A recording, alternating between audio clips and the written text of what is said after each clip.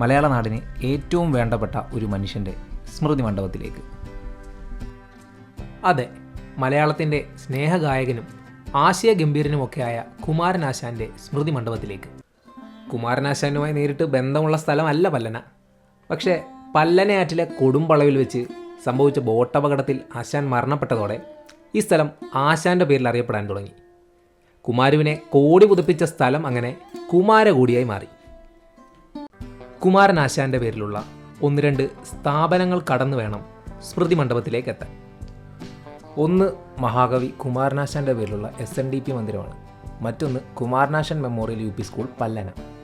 Redeemer ബോട്ടിൻ്റെ മാതൃകയിലുള്ള ചെറിയ കെട്ടിടവും ദൂരക്കാഴ്ചയിൽ തൂലിക എന്ന് തോന്നിപ്പിക്കുന്ന മേൽക്കൂരയും ചേർന്നതാണ് സ്മൃതി മണ്ഡപം. ആശാൻ മെമ്മോറിയൽ UP സ്കൂളിനകത്തുകൂടി വേണം സ്മൃതി മണ്ഡപത്തിലെത്താൻ. സ്കൂളിൻ്റേതായി കുമാരനാശാൻ്റെ ഒരു വലിയ പ്രതിമയും ആ മൈതാനത്ത് സ്ഥാപിച്ചിട്ടുണ്ട്.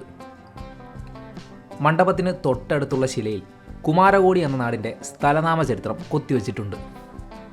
ചെറിയ ചെടികളാൽ മനോഹരമായി അലങ്കരിക്കുകയും വൃത്തിയായി പരിപാലിക്കുകയും ചെയ്യുന്ന കുമാരനാശാൻ്റെ സ്മൃതി മണ്ഡപം ഇതാണ്. രാവിലെ 9 മണി മുതൽ വൈകുന്നേരം 6 മണി വരെ പൊതുജനങ്ങൾക്ക് ഇവിടം സന്ദർശിക്കാവുന്നതാണ്.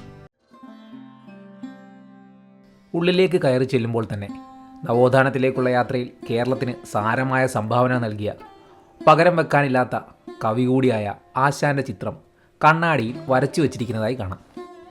ചുറ്റുമുള്ള ചുവരുകളിലെല്ലാം ആശാൻ്റെ കവിതകൾ ശില്പങ്ങളാക്കി മാറ്റിയിരിക്കുന്നു. ചണ്ടാല ഭിക്ഷുകിയിലെ ഈ ശില്പം അല്ലെങ്കിൽ ഈ രംഗം നമുക്ക് പരിചയമുള്ളതാണ്. ജാതിയല്ല വെള്ളമാണ് താൻ ചോദിച്ചതെന്ന് പറയുന്ന ബുദ്ധഭിക്ഷുവിനെ സൃഷ്ടിച്ചത് ആശാൻ്റെ വിശാലമായ കാഴ്ചപ്പാടുകളാണ്. 2019 ശതാബ്ദി ആഘോഷിച്ച ആശാൻ കവിതയായ ചിന്താവിഷ്ടയായ സീതയുടെ ദൃശ്യമാണ് മറ്റൊന്ന്. ഒരുപാട് ആശങ്കകളും ചോദ്യങ്ങളും സീതയുടെ മുഖത്ത് തളം കെട്ടി നിൽക്കുന്നത് കവിതയിൽ എന്ന പോലെ ശില്പത്തിലും കാണാം. ഉപഗുപ്തൻ എന്ന ബുദ്ധ സന്യാസിയോട് പ്രണയം തോന്നുന്ന വാസവദത്ത എന്ന വേശ്യാ സ്ത്രീയുടെ കഥ പറയുന്ന കരുണയിലെ വാസവദത്തയുടെ ശില്പം ചുമരുകൾക്ക് ജീവൻ നൽകുന്ന ഒന്നാണ്. ഈ കൂട്ടത്തിലെ ഏറ്റവും മനോഹരമായൊരു ശില്പം കൂടിയാണിത്. കരുണ എന്ന കവിത പരിചയപ്പെട്ടവർക്ക് കവിതയിലെ ചുറ്റുപാടുകളെ ശില്പി കൊത്തിവെച്ചിരിക്കുന്നത് പെട്ടെന്ന് മനസ്സിലാകും. അകത്ത് ആളിരുന്നാൽ കാണുന്ന മതിലും മനോഹരമായ വാസവദത്തയുടെ മുടിയഴകും ഉയർത്തി വച്ചിരിക്കുന്ന വലങ്കാലും തുടങ്ങി സ്ഥലപരിമിതിക്കുള്ളിൽ നിന്നുകൊണ്ട് തന്നെ കരുണയിലേക്ക് കാഴ്ചക്കാരെ എത്തിക്കാൻ ശില്പിക്ക് കഴിഞ്ഞു. കരുണ, സീത, ചണ്ടാലു ഭിക്ഷുകി എന്ന് തുടങ്ങി ആശാൻ്റെ നിരവധി കവിതകൾ ഇവിടെ ശില്പങ്ങളായി മാറിയിരിക്കുന്നതായി കാണാം. താൻ ജീവൻ നൽകിയ തൻ്റെ കഥാപാത്രങ്ങളുടെ ഒത്ത നടുവിലായാണ് മഹാകവി അന്ത്യവിശ്രമം കൊള്ളുന്നത്. ആദ്യകാലത്ത് ഇവിടെ ആശാൻ്റെ ഒരു കല്ലറ മാത്രമായിരുന്നു. പിന്നീട് പ്രദേശവാസികളാണ് ഈ സ്ഥലം സംരക്ഷിച്ചു പോരുന്നത്. അതിനും ശേഷമാണ് സാംസ്കാരിക വകുപ്പ് ഈ സ്ഥലം ഏറ്റെടുക്കുന്നത്. പല്ലനയിലെ ഒരു പൊതു ഇടമായി കുമാരകോടിയിലെ ഈ ആശാൻ സ്മാരകത്തെ കണക്കാക്കാം.